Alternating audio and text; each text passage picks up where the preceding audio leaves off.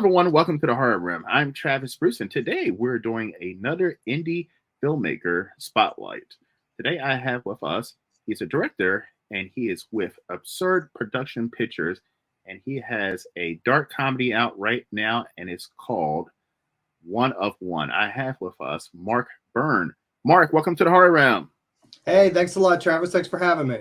It's a pleasure having you on, man. It's a pleasure having you on. So tell everyone a little bit about One of One. Okay, well, One of One is about a rich billionaire who wants to put a writing team together, and rather than just taking everybody's stories and picking people, he makes everybody jump through a bunch of hoops. And he's also an avid collector, and he has warehouses full of stuff. So he makes you bring in something that he doesn't have, and almost everything you bring in, he does have. So the only way you're really going to get one by him is to have a one of one thing that there's only one of. There's no way he can have it. And that's kind of the main character takes that approach to try to more or less win the contest and get selected for the writing team. Nice. Now, what gave you the inspiration for the idea for this film? Well, it's funny. When I first moved to the region in the late 90s, and I wasn't working, I found a thing in the Washington Post about a guy putting together a writing team, and he put me through a bunch of hoops and made me read a story and synopsis, and then write a script about it and do this and do that. And finally, he said, "Okay, you made the team." And then he's like, "All right, now I got to get the other people on the team." Well, I check in every few months, and he, finally got one other person. It just took forever for him to pick his people, and so of course the whole thing kind of fell apart, and I never ended up working with him. So I just kind of took it and said, "Well, that would be a funny idea if somebody did that." And the other kind of little backdoor story to it is it's like no one cares about the actual story. They just care about the item. And so it's kind of like in a lot of Hollywood movies as well. It's more the actor or the gore or the nudity. It's not the story that everybody likes. So it's a kind of a little pun on that too. And I agree with what you said, because a lot of times I would ask, people like, "So what did you like about this movie?" And what did you like about the story? What did you like about the movie? They're like, "Oh, I love because there's a lot of hot chicks in the movie." And I'm like, "Okay, well that's not. I mean, that's great, but like, Right. what did you like about the movie?" I totally agree. Now you are in the DMV area as well as Mhm. myself, Mhm. and you have a lot of actors and actors from DMV. Shauna Rawlings is in this, as well as Michael McGlynn. Mhm. And the actors and the filmmakers in this area are absolutely. I'm just getting introduced to them. They're absolutely amazing. So talk about the local talent pool that's right here in the DMV. Well, it's amazing, and we when we first started, we just dealt directly within the DMV, so it was mostly Virginia and DC, every now and then Maryland. But we branched out about probably 6 or 7 years ago to be more of the Mid Atlantic. So we cover up into Pennsylvania, Western Maryland, uh, further parts of Virginia, further up into Delaware, and if you expand it that way, then there's literally every kind of actor you could ever need in this region, including several famous or fairly famous people that have settled around here. So are famous in terms of they were in a well-known movie, and so if you Yes. know that movie, you probably know who they are. So but yeah, it's a great area to do, such a variety of things here. You could go 3 or 4 hours and you're at the water, and 3 or 4 hours the other way you're at the mountains, and if you need small towns around or big cities, or whatever you need. The only problem with shooting around the DC area proper is that your story, it's obvious where you are. So if your Yeah. story's based in DC, that's great. And we base several stories in DC, but we don't want to base every single story we do in DC. So generally, if we're not, the story's not about DC, we generally don't shoot in DC that often. Yeah, and I mean, by living in Baltimore myself, one thing I love about Maryland, for this area, because you're 2.5 hours at the most from so many other states. I mean, Mm-hmm. if you're in Maryland, you can hit Delaware in an hour, hit Mm-hmm. Pennsylvania in an hour, DC in an hour. So I mean, it's you're so close to everything, and I don't think other parts of the country have that advantage. Yeah. No, you're right. You're right. I mean, we're lucky to be, close to 4 or 5 states, West Virginia, Delaware, Pennsylvania, Maryland, Virginia, DC. And we have shot a good bit up in Baltimore. Our film Brazen Impact that came out before One of One, that main location for that was up in Baltimore. So we have shot up there. I know Hollywood used to do that. They used to substitute Baltimore for DC because it was cheaper to shoot there and easier to get in and out of. Because the House of Cards, a lot of that was shot in Baltimore. Yeah. But taking place in DC. Yeah, exactly. Exactly.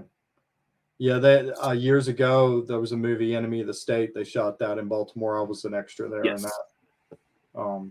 Can't see me; they blurred me out, but I was an extra in the in the movie. And the scene behind the fence when John Voight and Will Smith, Gene Hackman, they were having a conversation, and I was right there, and I said, "Oh, I'm going to be in the scene," and they blurred all of us out. They put us all in costume. They even put makeup on us, and then they blurred us all out. It was so stupid. That sucks. Yeah. I really thought that I was like a cop in uniform. I had a uniform, and they bothered to come around and do makeup on us and everything. And so I was convinced I was going to be in the frame. I was probably 6 or 8 feet from John Voight.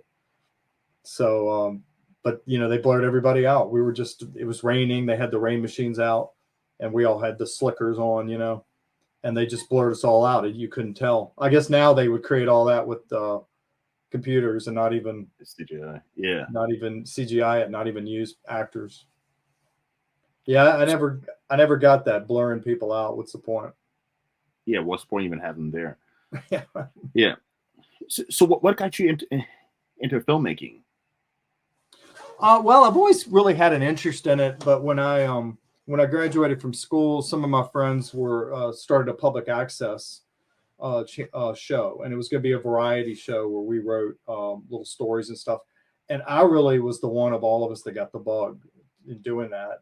Everybody else eventually just got less and less interested, and I was the one that got the bug. So that kind of got me started, and I learned how to edit and how to cut.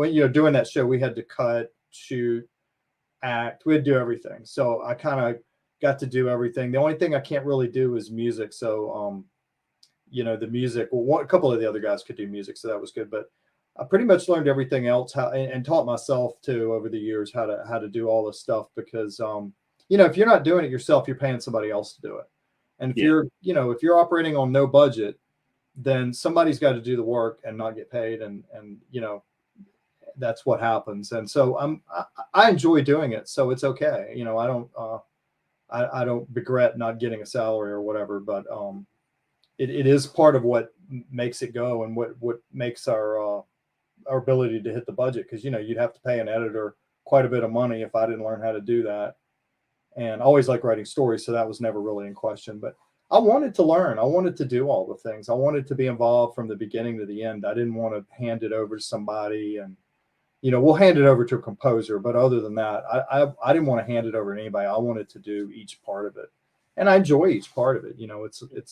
It's all fun. If once again, it kind of depends on what you like to do. If you don't mind sitting in a room in front of a computer screen by yourself for hours, then it can be fun. If you hate that and you really want to be around people all the time, then that's not the good job to have, because you can't listen to music because you got to listen to the dialogue, so you can't really do anything fun. You just have to kind of pay attention. But if cutting the movie is kind of fun for you, which it is for me, then you make your own fun kind of. But don't you think that makes you a better, or I say a more well-rounded filmmaker, to have done everything, or at some point? I think so. I mean, when I first started, nearly 20 years ago, everybody pretty much did it this way. Most people I knew that were filmmakers also cut their own stuff.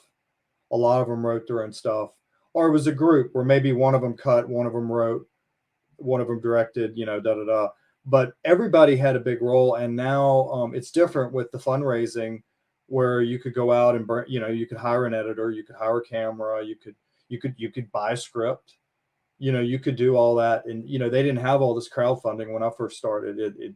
You either ponied up the money or got money from investors at that point would probably be friends and family. I mean that but you just assumed there wasn't going to be any money coming in or going out, and if there was, that's great, and if there wasn't, then you still got your movie made, and that was the point to me. I mean, you could do a lot of other things to make money, but getting to make movies, that to me, that was that was even bigger benefit than money, I thought. And like you said, now it's a lot easier for. It's not easy, but it's easier for indie filmmakers to get projects done. I mean, with things like crowdfunding, as well as the technology is more affordable. Yeah. But what are some challenges that indie filmmakers are running into? Well, I don't know if you heard about this Tubi thing, where rumors are going around that Tubi was editing some of the people's footage of some people's movies and things like that. And, we had all that with Amazon. I don't think that's going to be that big of a deal, because if Tubi decides, okay, we're going to be like Amazon, we don't want indie film. There's 100 other companies now that are out there, 100 other channels that are taking indie films. We're so lucky to have this, because it kind of all funneled in at one point. It went from DVDs and then it kind of funneled in. Okay, everybody goes to Prime. Everybody goes in Prime. And then Prime was like the only caveat. And then Prime said, okay, we don't want independent people. And everybody's like, what are we going to do? And now it's just like, we've all come out the other end of the funnel. And it's like, okay, any one of these channels goes away, we'll go to another one. But challenges, I mean, money is definitely a challenge, because, you're going to have, you're going to at least have to have food on set. And in some cases, you may have to pay some of your actors, some you may not have to. Some locations you may have to pay for, some you may not have to. But at a minimum, you're going to have food. You're going to have, you're going to have travel cost. And I usually eat all that. My wife and I, we're the producers. So if we have to stay in hotels, then that's a cost that we eat. But it is a big deal. It does make a lot of people go to these crowdfunders. And then what happens in these crowdfunders is most people, I think, that do them are legitimate, but there are some people that, have been caught, pulling scams with these things. And so a lot of people don't like doing that, because they don't really know where their money's going. And, paying money to be a body in a movie or whatever. I mean, if you want to do that, that's fine. But I don't think I could ask somebody to pay me money to be a body in a movie. I mean, if somebody wants to do that, that's fine. I just don't really understand why you would do that, Yeah. Because I even heard too that like the majority of crowdfunding campaigns for indie filmmakers are a failure, which means they do not either get close to the bottom line. And I don't know that much about crowdfunding, but like if you don't reach a certain goal, you don't get anything, or how does that work? Well, from my understanding, I think there's two companies, and one of them you have to meet your goal or you don't get it. The other one, you do get to get it. You do get to keep what you get. And I don't know if there's a penalty or whatever, but I mean, a lot of people I mean, to me, if I'm going to do that, I want to set my goal, particularly if it's the first time, I'm going to set my goal really low, because I want to hit my goal, right? I'm going to put maybe 2,000.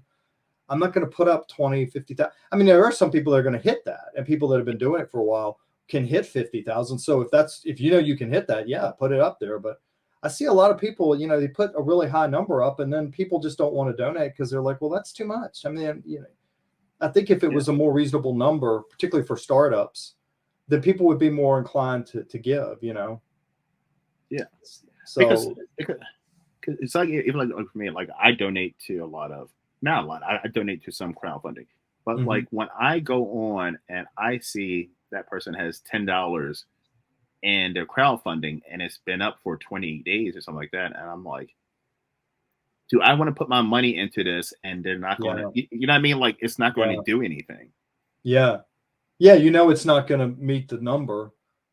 Yeah, I think that's a big problem. I think people do look at how much is in the, how much are they looking to raise? What percentage are they at? Okay, I'm looking to raise $18,000 and I've raised 1,000. Well, if you're looking to raise $2,000 and you've raised 1,000, then it's like, hey, they're over 50%. And 2,000 is not that much. They're going to hit it. I mean, I know your budget may 2,000 may not be doable, or 5,000 something. But a lot of these movies, I wonder how that money, it's just so much money that they're getting. And if you're, Yeah.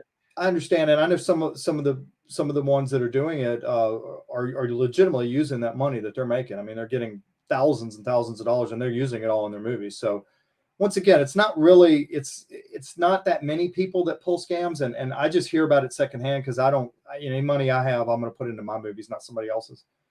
But I have heard stories where people have lost money, and these crowdfund things go away, and then they can't find the person, and a bunch of people get stuck, and then nobody wants to give anybody anything for a while because of that. So it hurts the legitimate people. It's a damn shame. Now, speaking of scams, all right. So I recently did a video on the film festival, the Indian Film Festival scams. Mm-hmm.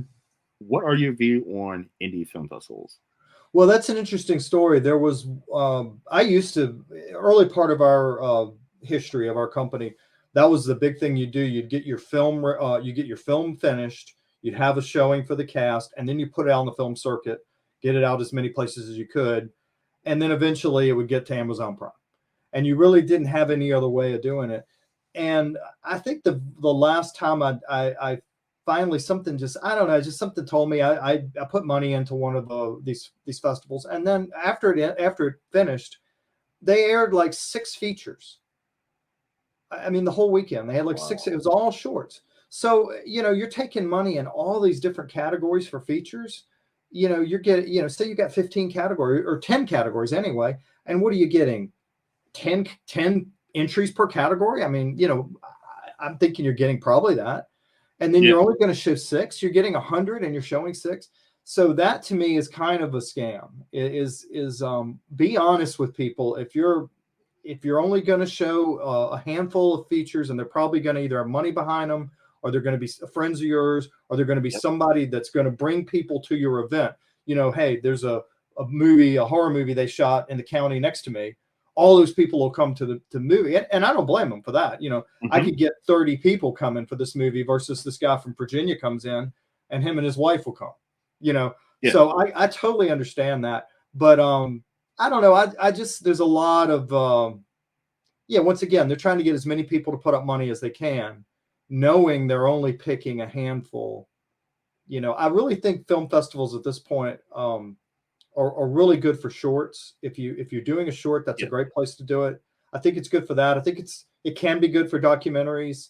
It can be good for dramas, and like if you have a story to tell about, like, someone in your family or a friend of yours had cancer, and you're telling the story, those type of things really play well at film festivals. Those personal dramas. Ooh, I don't know what happened. You do? All of a sudden, did you freeze? Yeah, you froze. Yeah, I think so. Here.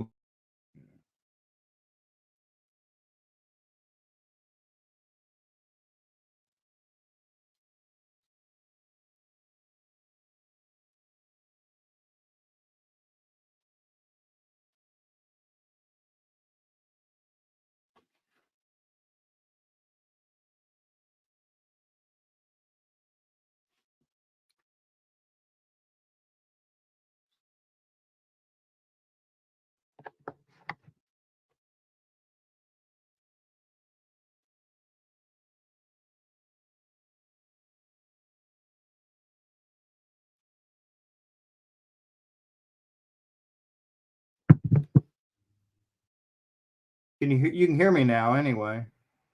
I can hear you, but I don't see you. I don't understand why.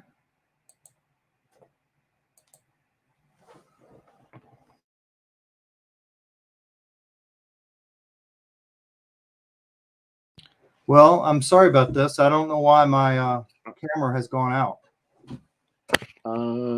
Did you go into settings? Okay. And there's a feature that says cameras. Click on it. Okay. See if that does anything. Oh, that was it. There we go. Boom. Sorry, everybody. You're fine. No, I'm gonna edit this out, so that's why Oh, good. Oh, thank you. we're Thank you. recorded. Yes, yes. Perfect. I don't feel so All right. bad now. So what I'm gonna do is I'm gonna jump right back into what we were talking about, the film festivals. Okay. Yeah, I mean, because if you notice, there's so many film festivals out there right now. I mean, it's literally like it's like everybody has their own film festival. It's like the market is completely saturated. Yeah. So, like, if you're a filmmaker, how do you know who's legit and who's not? Word of mouth is a big thing. I mean, people do talk, and they do, they tell each other if something is a scam or something, or they felt like it, even if it's not a scam, it's just then they felt like it wasn't worth their time or whatever. We used to go to a festival, the Indie Gathering, out in Ohio, and that's changed hands now. It's run by a different group, but we went out there for years, and really, other than them, we seldom have submitted to film festivals the last couple of years. For One of One, I only submitted it to one festival, I think, and Brazen Impact maybe two. We might do more than that with the horror film, but yeah, mostly. And with the horror film, there's a lot of conventions and horror shows where they're happy to show the movie. Yeah, and you get a bigger audience there anyway. That's another thing too, with all these, like you said, about all these festivals. The last one I went to, I noticed that the crowd was probably 50%. I know COVID had more to do with it than anything, but this was a good year and a half beyond COVID, and people were going back to sporting events and doing all kinds of things. So it does make you think maybe there's just too many festivals out there, and it's just, people just aren't as interested as they used to be when you had a lot of people at these festivals. And maybe they're oversaturated. Maybe you're right. I think so. But I also said the same thing about horror conventions too. Yeah. There's so many. Like, I used to go to horror conventions back in the day. I still do, but there used to be like 10, like throughout the country, 10. And like it was, if you went to one, it was kind of a big deal, Mm-hmm. And you would show pictures with you and Bill Moseley or somebody, and people were like, oh my goodness, Yeah. where'd you get that from? This horror convention, a horror convention, that's even a thing. Like, people would be like, wow, that's a thing. But like now, I mean, even in Maryland, like, there's like 6 fucking horror conventions a year, like 6. Yeah. And some of them are like competing with each other on the same damn weekend. And it's like, yeah, I know. How do you cover everything? Yeah, and that's the other thing is back in the day, you could go to a festival and you maybe spend $10 to get in, and celebrities would charge you $20 for a picture or autograph or whatever. Mm-hmm. So you bring $100, you could walk out with 3 or 4 pictures, maybe 2 or 3 DVDs, and including your lunch. Now, you're paying $30 to get in. Your autographs are $40-$50 a piece, and then they want hundreds. Yeah, and then they want more if you want a photo. Yeah. And it's just they're pricing themselves out. I don't know. I don't know what the solution is. And then I'm a comic book fan, and I feel like in the comic book market, these pop culture things have made most of these shows that call themselves Comic Cons are really just pop culture events with 3 or 4 artists there. The one here in DC is like that. I mean, they got some good comic people this time, but they don't have the comic vendors don't go there like they go to Baltimore Comic Con. That's a real Comic Con, or the one down in Charlotte, or the New York Comic Con. They get all the vendors that go around the country that probably have whatever that rare book you're looking for. One of those vendors probably has it, because that's those guys' full-time job is selling comic books at shows. So they go to all the big shows. So to me, if you're not getting those vendors, you're not a comic show. Because it's all about the vendors. I mean, with horror conventions, it's like yes, you have the celebrities because that's cool and stuff, but like, it's gotten to the point now where, like, I was talking to somebody recently about this, and I said, you go to a Comic Con or even a horror convention, like you say, and you'll see the Backstreet Boys there. You know what I mean? And it's like, that's fucking random. And I get what they're doing. They're trying to get other audiences besides comic fans and horror fans into the thing. But at that point, you look at, like you said, it's saturating the product. Plus people can't afford it. I mean, you're kind of Right. gentrifying the actual fans because you're bringing Yeah. in Kiefer Sutherland or somebody charging $300. The average horror fan or comic fan cannot afford to get No. Kiefer Sutherland's No. autograph or picture. No. No. Exactly. And that, they by dumbing it down, and I call it dumbing it down because the vendors aren't as good. So, and probably, I don't know if horror ones, if you feel that way, that the vendors there are not as good, but it's just, you've got all this other stuff that, okay, all this is fine. You call it a pop culture event because that's Mhm. what it is. It's not a Comic Con. And, you as a consumer just have to learn. You have to just Yeah. look at their listing. But I remember when I went to the one here in town, I won't say the name of it. But when I got there, and there were a couple of vendors there, I knew the comic book vendors, and I said, "Well, how you doing?" I was like, "Terrible. We can't get. We have to keep shoving these people away from our booth. They're just standing there taking photos of each other, and the people can't get to our boxes to look through the books, and they keep leaving. I keep losing customers because all anybody wanted to do was take selfies of each other, and it's like this isn't Yeah. a Comic Con.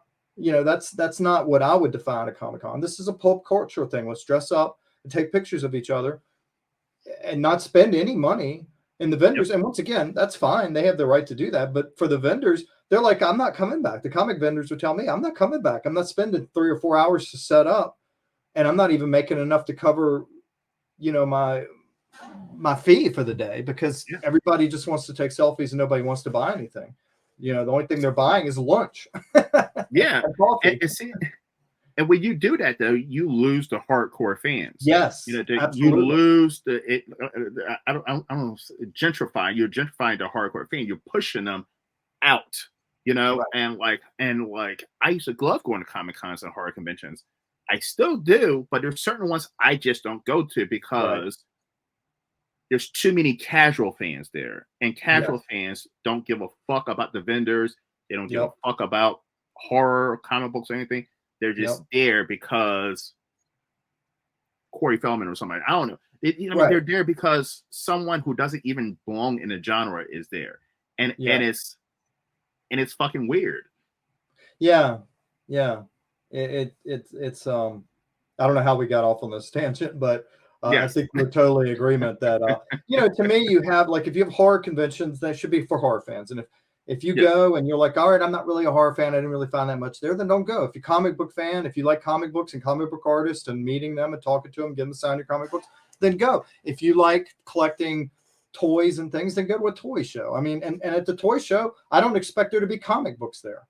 Yeah. So to me, give kind of like you were saying, like you used to have. All the comic shows were good, all the horror shows were good, all the pop cons were good back then because they all specialized in what they did, and they weren't doing, like you were saying, let's try to get more people by bringing in something that has absolutely nothing to do with our audience, and then all these people come for that, and we're all crammed in a corner. I remember the last time I went up to New York Comic Con, it was just like I finally got over to the comic books, and that was the only place in the whole place there was room to move around was the vendors.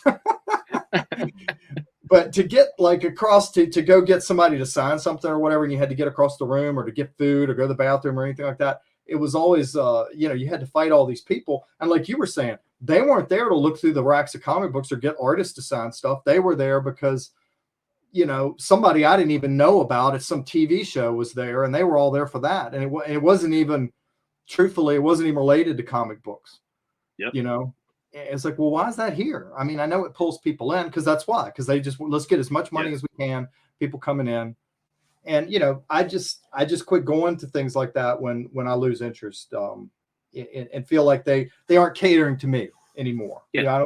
New York Comic Con or the AmazeCon here in DC, I don't feel like they're catering to me. And they don't have to cater to me, but just as a consumer, I have to decide where I'm putting my money in. It's like, all right, I know in Baltimore, they are catering to me. So Yes. I'll go to that show because I know what that show is going to be. And there's a few Hollywood people there. That's fine. They're over in one corner. I don't even see them, Yep. Yeah, but I feel bad for the poor vendors because the vendors are the ones who are paying the money to be there. The vendors are the ones who are making the cons. And more people are spending their time standing in line for hours and hours to get someone's autograph than actually visiting the vendors and buying stuff. So like, I feel bad for like some of these conventions where the vendors are just sitting there and no one's buying anything. And like you said, if the vendors go, then the only way, like if back in the day, if you had Stan Lee, for example, or if you had William Shatner or somebody like that, okay, you might, one time I went to a show just because Alice Cooper was there. I went in, I got Alice Cooper to sign it, and I left. So you might get a name big enough that you can draw a few people in for them. But if you don't have vendors selling the kind of stuff that audience wants, I mean, they're not going to come anymore. It's like, okay, I'm going to go spend all that money to get a couple of pictures with a couple of people, and there's no vendors that have what I want anymore, because all those vendors, like you said, quit coming because nobody was buying. So all of the vendors that support that genre of thing, whether it be horror type related, books and comics and things, or comic books, from the 40s and 50s all the way up to today, it's just, okay, all we have now is comic books from the last 10 years. That's it. Then I'm not going to go anymore, and that's what, it's a big problem. I think the cost and the gentrification, like you said, are two things that are really hurting, and just the sheer number of them. Sheer number is it's a watered down product. I mean, it's like I started by film festivals, and I was saying it's a watered down product. And that's how we got started. Yes, because it's a watered down product. Because literally, there's 20 million film festivals out there, and like everybody gets a fucking award. Like it's everybody film has an award, and like how can that be? I wonder about some of those things too. There's a lot of them that are online only or whatever. I don't know. We've just kind of gotten away from the film festivals. I mean, we might do one here or there. We might do another one out in Ohio because the composer we're working with lives out there. So we might do one out there. But I've just found that we do better for horror. The next movie that we're doing is a horror movie. So that does better at the cons. Like for One of One, for example, we had our opening and we had another screening. And then we just went right to streaming with that because, that's not something that you can't take it to a horror con. You can't take it to you could take it to a film festival, I guess. But once again, if they're only playing a handful of features and most of those are either in-state or friends of friends, then it's just not, you're just spending a lot of money for no return. Yeah. And I'd rather, if I'm going to spend money, just spend money and not get it back, I'd rather put that into making a movie than spend it, throwing dice, really, that my film's going to get picked. I probably have a better chance throwing dice. If they're only picking 6 out of 100. I know that's just one example, but I think there's a lot of that going on. But hey, if you've got a short, then definitely go film festival. That's the way to go. They want the more shorts they get, the more movies they can show, and for each person they get, that's an admission fee that they paid. And if they show that short, then they'll bring their friends. So film festivals are great for shorts, but for features, I'm not sure that's the way to go. Now, Mark, you've dabbled in many genres. I mean, One of One is a dark comedy, but you've also done horror, and your next film is a horror film. That's right. Now, as you know, this is a horror channel. Now, is it easier to do a horror movie compared to a comedy, or is it a little more challenging? I would actually say horror is easier because the thing with comedy that's so tough is timing. Is your actors have to have really good timing. In horror, obviously somebody has to react at the right time, but timing is not as important. It is for the action, but in terms of just the dialogue scenes and all that, they're just having a conversation. Whereas in comedy, it's a lot of it is building off what the other person said, and particularly back and forth and all that really requires. And then even when you're shooting it, you've got to sometimes, if that was anything but a comedy, that would have been fine, but it didn't work because it wasn't quick enough. You guys were too slow. We got to, so, I think comedy, that's the hard part of comedy is the timing. And we were fortunate in One of One to have a cast that they all got the timing. They everybody in that cast could do comedy. And a lot of them were interested in being in it because a lot of them were horror people, like you mentioned, Shonda and Mike as examples. Mm-hmm. And they just don't get that many opportunities to be in something non-horror. So they were really excited about it. And they wanted to see, oh, comedy, okay, that's hard. Oh, I want to, they want to. I think actors like to be challenged.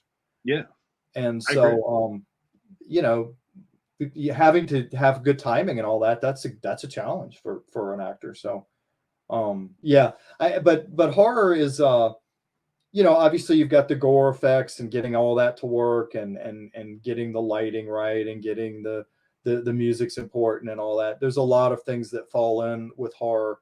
Horror is just, people have such a good time when you're putting it together. I mean, not that they don't for the other movies, they do, but I just think everything is amped up with horror.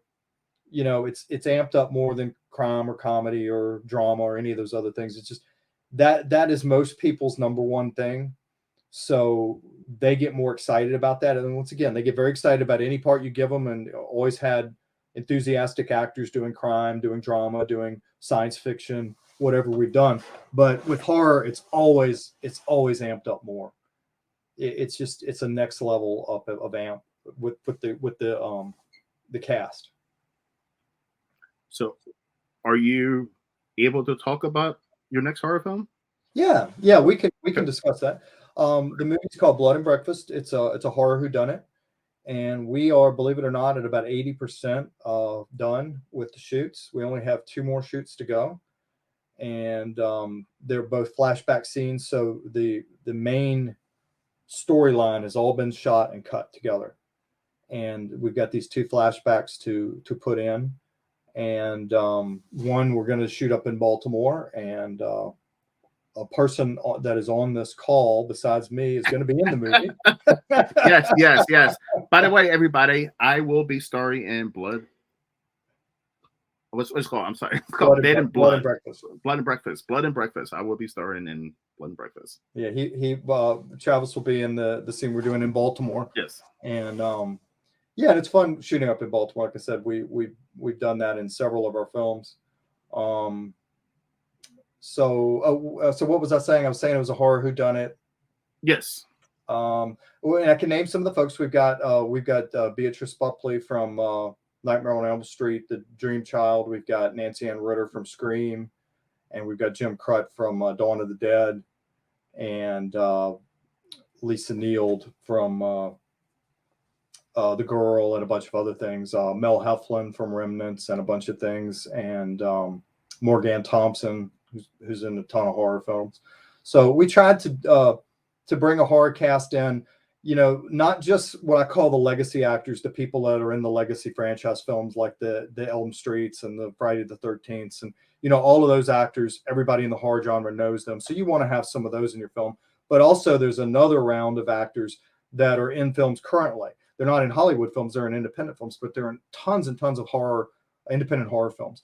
So we wanted to get both orbits of actor in our film, both the what I call the local or the regional or the coastal, if you will, independent horror actors, and then the more Hollywood franchise folks who did those films back in the 80s and 90s and now are coming in and doing independent films. So we were able to get both of those in this film, and we've got more people coming, but we've already got a great cast.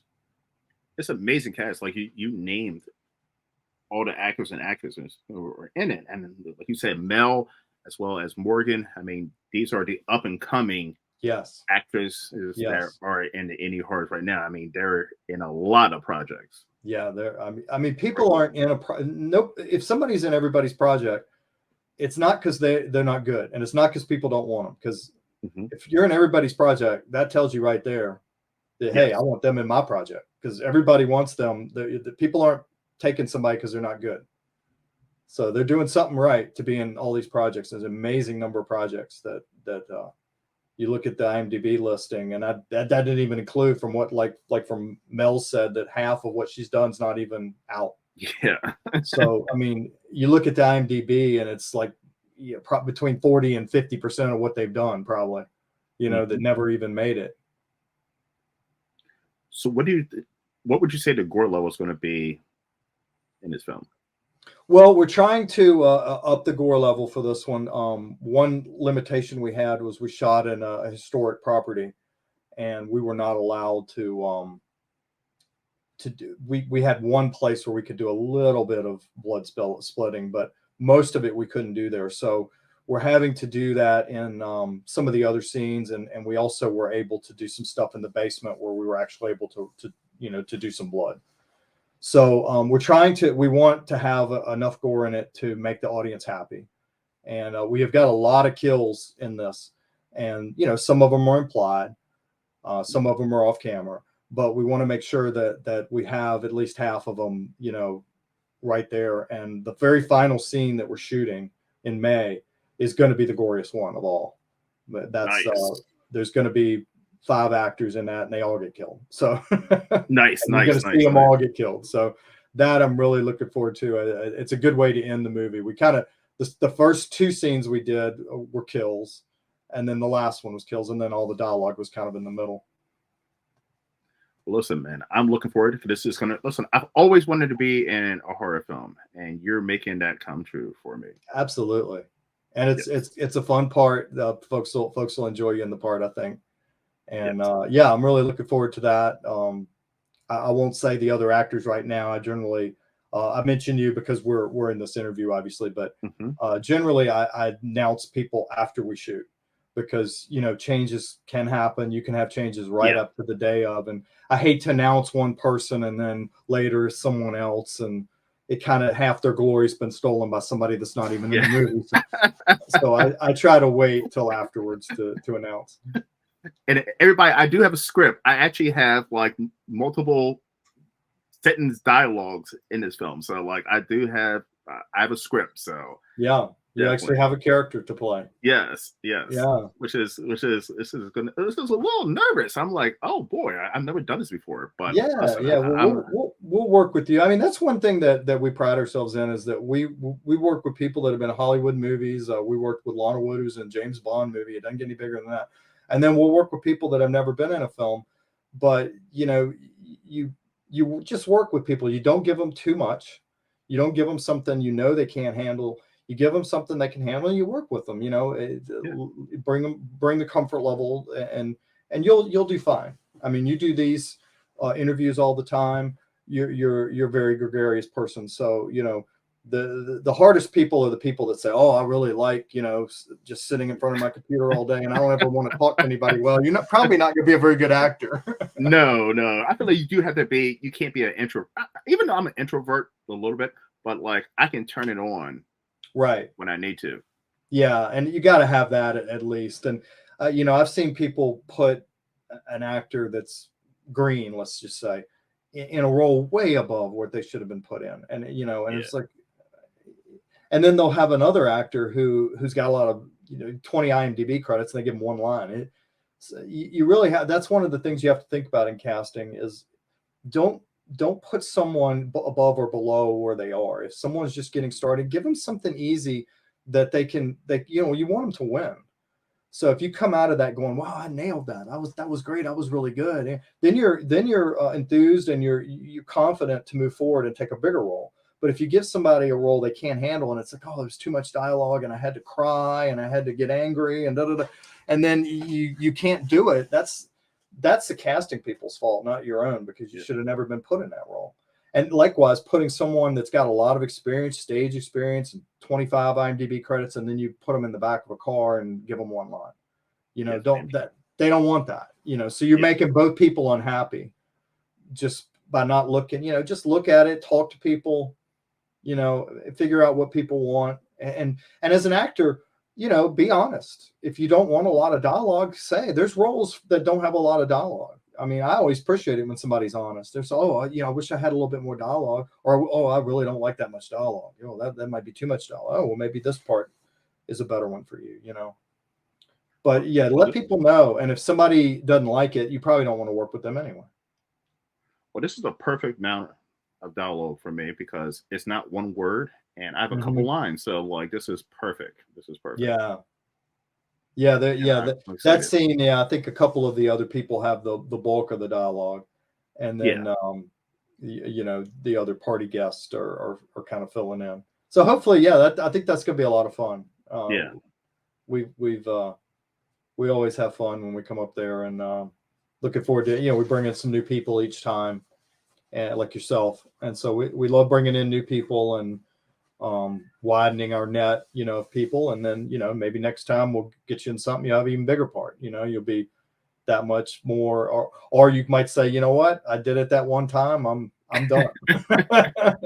I doubt it, man. I doubt it, man. I think once I do it once, man, listen, I've always wanted to do it. So I think once I do it once, I'm gonna be like, hey, you got a role for me, Mark? Yeah. The bug will so, yeah. And that's good thing you'll have a role that because this film will get out onto the streaming circuit at some point in the future, and it'll be in a theater somewhere, so you'll be seen. And that's the biggest thing for a lot of starting actors is where can you see me? I've got 15 credits, but none of them are out.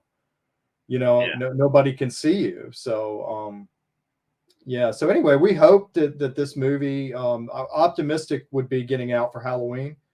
That would be on the quick end. On the slower end, it would mean it would come out next spring. And right now, I'm optimistic that we can meet our initial deadline, but you just never know what, it's like an onion. As you edit through, you peel back and you think, oh, we don't really have that much to do. And then you get in there and really start looking at, oh, I didn't realize this has got to be fixed on all these. And so it can stretch out, but right now it looks like October's doable. So I'm optimistic, and we'll see what happens. But either way, it's going to be on the circuit. We're going to have it out at some of the different horror cons.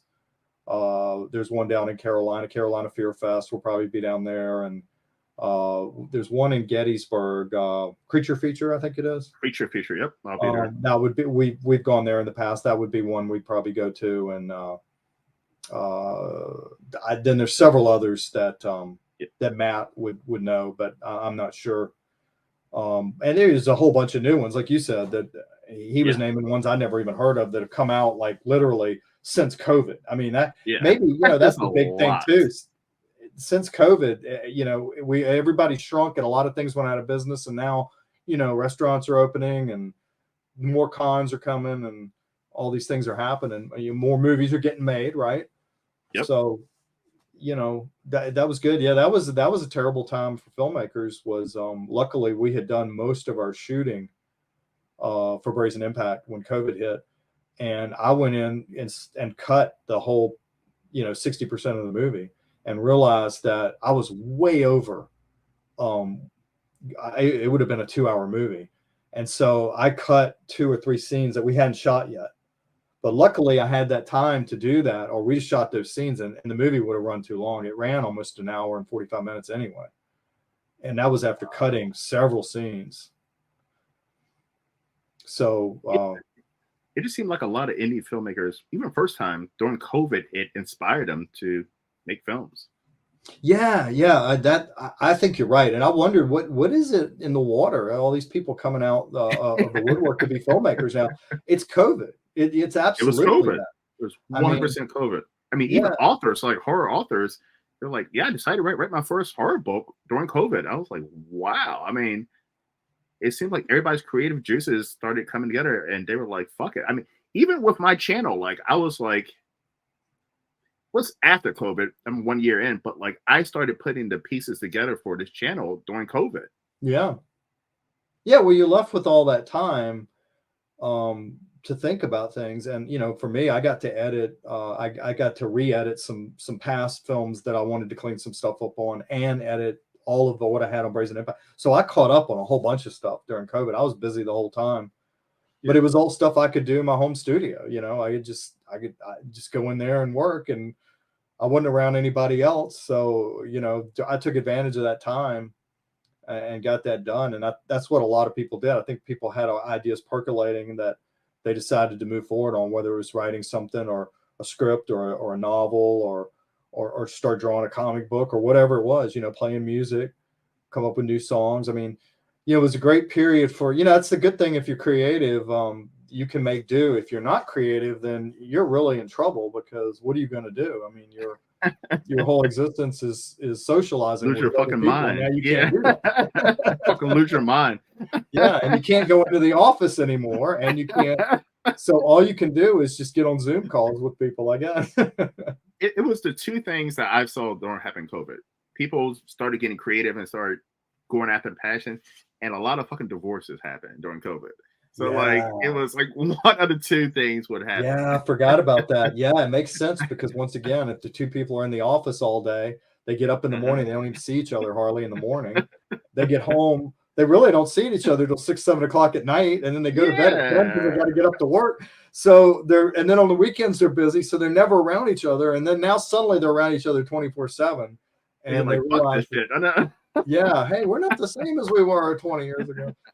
Fortunately, my wife and I were already both working at home before COVID, and then of course I have my home studio here, and she does art studio. You see her stuff in the background there.